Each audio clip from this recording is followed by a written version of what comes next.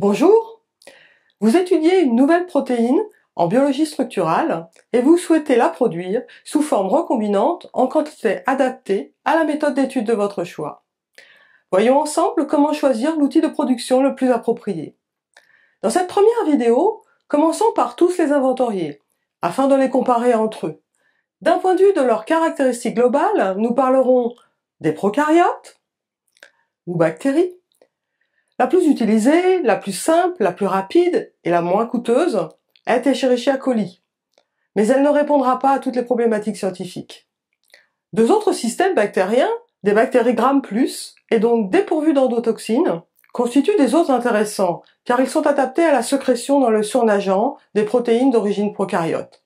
Il s'agit des bactéries d'intérêt laitier, Lactococcus lactis, et de la bactérie Bacillus subtilis. Les eucaryotes, avec pour le plus simple d'entre eux les levures.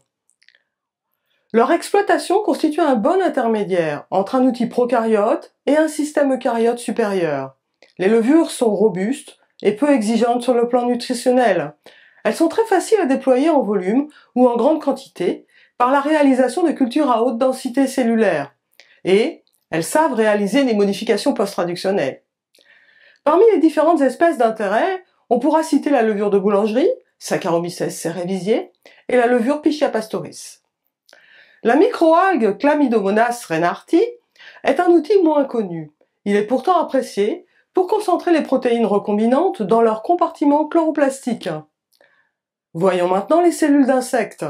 Organismes eucaryotes supérieurs, ce sont des outils polyvalents quant à leur capacité de protéines d'origine eucaryote, qu'elles soient intracellulaires, qu'elles soient sécrétées ou membranaires. L'outil est également bien adapté à la coexpression pour la production de protéines complexes ou de complexes de protéines et des protéines nécessitant des modifications post-traductionnelles spécifiques. Les cellules de mammifères, dont l'utilisation est plutôt réservée à des protéines complexes, multidomaines, d'origine eucaryote supérieure, sont utilisées le plus souvent lorsque l'objet protéique est difficile ou impossible à produire avec les autres outils. Quant à l'expression in vitro, elle est parfaitement adaptée à la production d'objets biologiques nécessitant des additifs pour être purifiés, comme par exemple les protéines membranaires. La méthode de production est particulièrement rapide, mais elle reste de loin la plus coûteuse à déployer, surtout si les besoins de matériel protéique sont importants. Finalement, trois catégories de critères entrent dans le processus décisionnel du meilleur choix de l'hôte. La méthode expérimentale, sa simplicité, sa rapidité, sa scalabilité, c'est-à-dire sa facilité à augmenter les volumes de production. Les performances physiologiques du système hôte, ses capacités d'assemblage, de sécrétion, de réalisation des modifications post-traductionnelles, mais aussi ses rendements de production de protéines recombinantes. Enfin, les contraintes inhérentes au sujet scientifique, aux quantités nécessaires et aux ressources matérielles et financières du laboratoire. En résumé, la décision va reposer sur trois grandes questions. Quels sont les niveaux de production nécessaires et les matériels de culture à disposition pour démultiplier les volumes? En deux, le choix de l'hôte, qui implique un examen approfondi de la protéine cible. Ainsi, quelles sont les principales caractéristiques de la protéine étudiée? Son origine, sa localisation cellulaire, ses propriétés, notamment sa taille et sa séquence en acides aminés. Est-elle produite seule ou en complexe avec un ligand partenaire? Est-elle une protéine complexe organisée en plusieurs sous-unités? S'oligomérise-t-elle? Est-elle toxique pour le système hôte? Enfin, la protéine fait-elle l'objet de modifications post-traductionnelles nécessaires à sa structure ou à sa fonction? Dans l'affirmative, quelles sont ces modifications? Des modifications de ces acides aminés, l'ajout de groupements chimiques, dématuration protéolytique, des ajouts de glycanes ou de lipides complexes? Sa structure tertiaire fait-elle intervenir des ponts disulfures? Et si oui, combien? L'arbre décisionnel va donc se décliner comme suit. Si la protéine ou le complexe protéique est d'origine bactérien, intracellulaire, de petite ou de taille moyenne, sans modification post-traductionnelle et peu ou pas de ponts disulfures, alors son expression au système bactérien pourrait être envisagée en première intention dans le cytoplasme bactérien. Il existe en principe des souches d'Escherichia coli adaptées à l'oxydation intracellulaire des cystéines impliquées dans les pondisulfures, même si la méthode la plus simple à déployer reste d'équiper le gène d'intérêt d'une séquence d'adressage pour forcer la sécrétion dans le périplasme bactérien. Une protéine d'origine d'eucaryote et de localisation intracellulaire peut indifféremment être obtenue par le biais des trois autres outils: les levures, les cellules d'insectes ou les cellules de mammifères. La méthode déployée et la quantité désirée dictera les volumes à produire et les coûts de production correspondants. Pour les protéines sécrétées, le choix de l'hôte va surtout dépendre des types de modifications post-traductionnelles à prendre en compte. Les glycosylations sont-elles importantes, par exemple? Les N-glycosylations de la protéine cible sont repérées dans la séquence grâce à un motif consensus, asparagine, résidu X, serine ou tréonine, et les O-glycosylations sur sérine ou tréonine sont par contre complètement impossibles à prévoir. Les types et le nombre de sucres ajoutés variant beaucoup d'un système d'expression à l'autre, il n'est pas recommandé d'utiliser la levure de boulangerie du fait de l'hyper-N-manosylation qui la caractérise et qui n'est pas compatible avec la plupart des approches de biologie structurale. C'est moins le cas pour d'autres espèces, comme par exemple Pichia pastoris.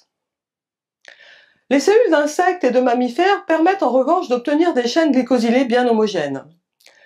Pour les protéines sécrétées d'origine eucaryote, de petite taille, sans glycosylation essentielle et dont la séquence protéique est munie d'une séquence signal, nous retiendrons la levure Pichia pastoris comme outil de prédilection.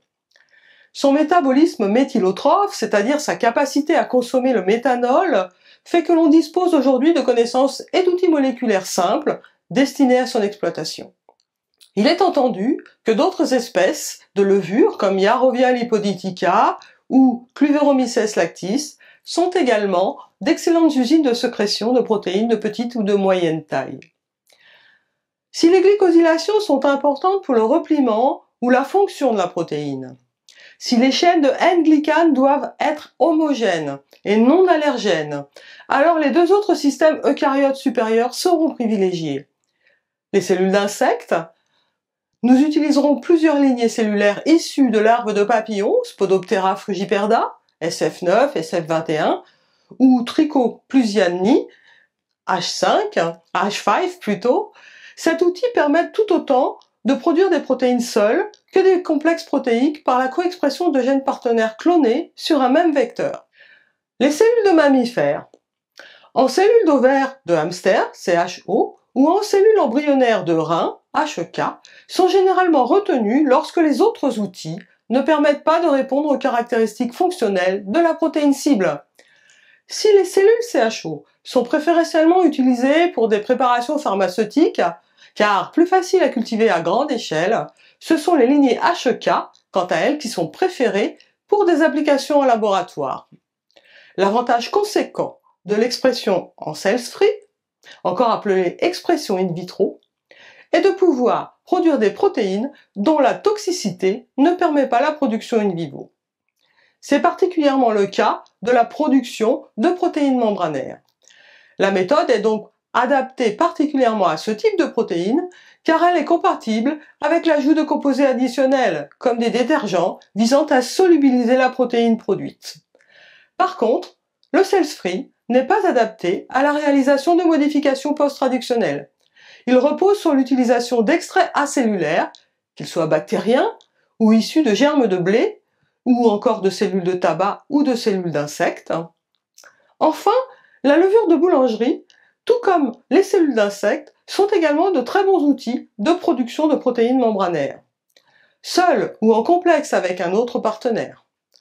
Saccharomyces, par exemple, est particulièrement intéressante pour produire de fortes quantités de culots membranaires, car plus facile et moins onéreuse à produire en bioréacteur. Pour finir cette première vidéo, voilà un schéma global récapitulatif pour vous aider à bien choisir le système de production le plus adapté, selon l'origine de la protéine, sa localisation cellulaire, sa taille et son organisation moléculaire, sa toxicité, des pondisulfures la structurant et des modifications post-traductionnelles qui lui sont essentielles. Nous arrivons à la fin de cette présentation et pour compléter ce panorama, nous vous proposons une deuxième vidéo centrée sur les principes d'utilisation de ces différents outils d'expression. Merci pour votre écoute et à très bientôt.